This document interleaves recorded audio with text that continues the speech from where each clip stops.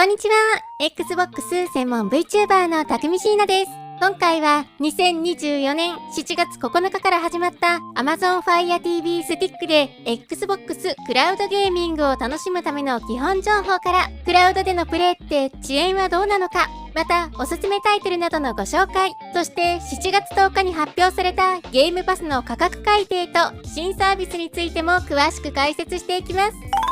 まずは Fire TV Stick についての解説をしていきます。簡単に説明すると、2024年7月9日から Xbox 本体がなくても Fire TV Stick で Xbox のゲームソフトが遊べるようになりました。ただし、すべての Xbox タイトルを遊べるというわけではなく、遊べるのは Xbox ゲームパスに対応しているタイトルの中から、さらに Xbox クラウドゲーミングに対応しているタイトルのみとなります。対応タイトルの本数は2024年7月時点で約350本以上となっています。ちなみに Fire TV だけでなく、お手持ちのスマホやタブレットなどでも Xbox クラウドゲーミングは楽しむことが可能となっています。Xbox ゲームパスというのは、定額料金で最新作を含む数百本以上のゲームソフトが遊び放題となるゲームのサブスクリプションサービスで、加入者の方は対応タイトルを無制限にプレイすることが可能です。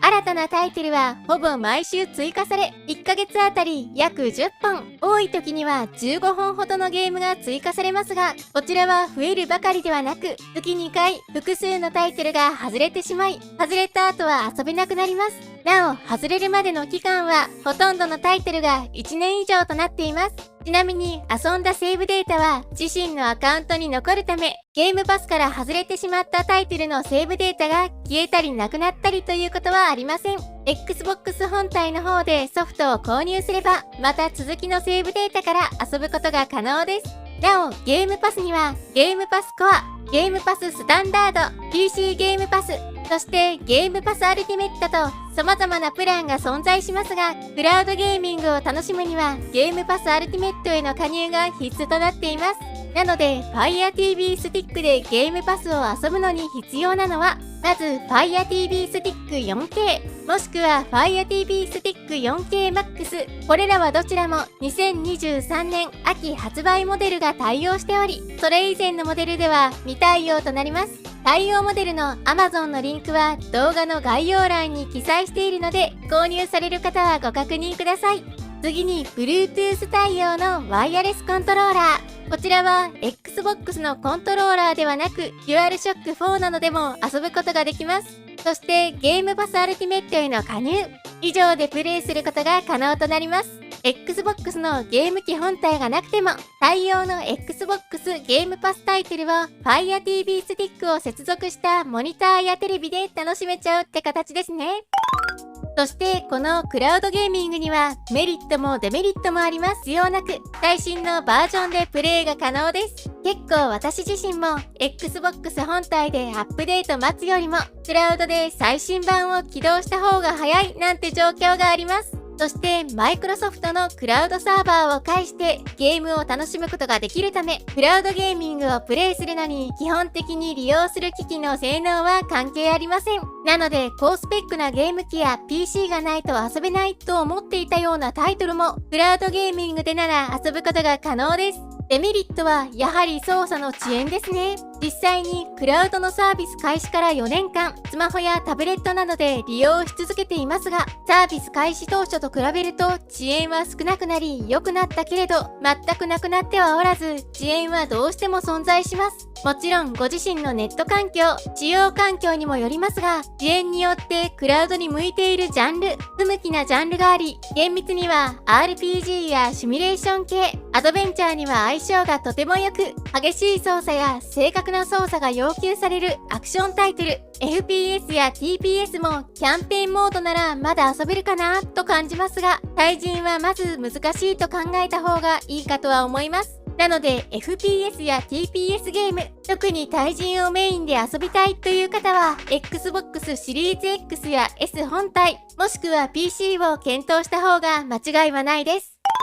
ここからは Xbox クラウドゲーミングで遊べるおすすめの作品をご紹介します。やはり最も相性がいいのは RPG 作品ですね。オクトパストラベラー2やペルソナ3リロード、ペルソナ5タクティカなどは最高に遊びやすいです。また、龍が如くシリーズも0から7、そして7外伝に維新極みの計10タイトルがプレイ可能です。特に7は戦闘システムがアクションではなくコマンド選択式の RPG になっているので、クラウドとの相性はバッチリです。他にも戦闘はアクション要素強めですが、テイルズ・オブ・アライズもプレイができますね。他のジャンルの国産タイトルでは、パルワールドや国津神、ゴーストワイヤー東京なども楽しむことができます。激しい操作を求められるかと思いますが、モンスターハンターライズやワイルドハーツなどもプレイは可能です。また、猫となって街中を探索するリトルキティビッグシティのようなまったりとしたインディーズタイトルをプレイするのにも適しています。もちろん操作が忙しいタイトルもプレイ自体は可能なので、どこまで遅延を気にせず遊べるかはご自身で触れてみるのが一番かとは思います。次に7月10日に発表されたゲームパスの価格改定と新サービスについて解説していきますね。ゲームパスアルティメットはこれまで月額1210円だったのが月額1450円に、PC ゲームパスはこれまで月額850円だったのが月額990円に、ゲームパスコアはこれまで年間5378円だったのが年間6500円に変更されました。この価格改定はこれまでゲームパスを利用したことがない新規ユーザー向けには7月10日から、すでにゲームパスを利用しているユーザー向けには9月12日から適用される形となります。さらにゲームパススタンダードという新たなサービスが発表。こちらは今後数ヶ月以内にスタートとなります。スタンダードプランはゲームパスコアと同等のサービスに加えて、デイワンタイトル以外のゲームパスタイトルを遊べるという新プランとなっています。デイワンタイトルというのは発売日初日から遊べるタイトルのことで、直近では7月発売の国津神や10月発売のコールオブデューティーブラックオプス6、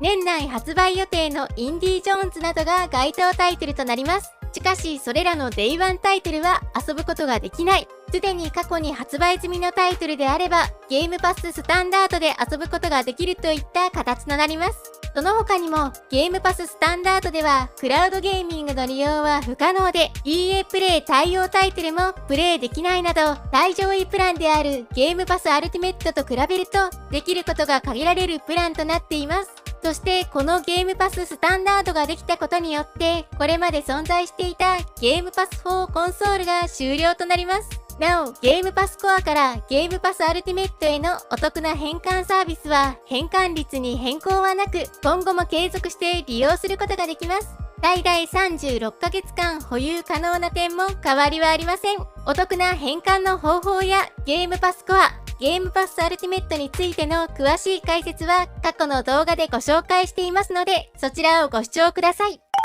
ということで今回は Amazon Fire TV スティックについて、そしてゲームパスの価格改定と新サービスについてをご紹介しました。私のチャンネルでは今後も Xbox 関連の最新情報や製品紹介、レビューなどを行っていきますので、よかったらチャンネル登録と高評価していただけるとすごく嬉しいです。X の方でも情報発信しているのでフォローしてね。それではまた次回の動画でお会いしましょう。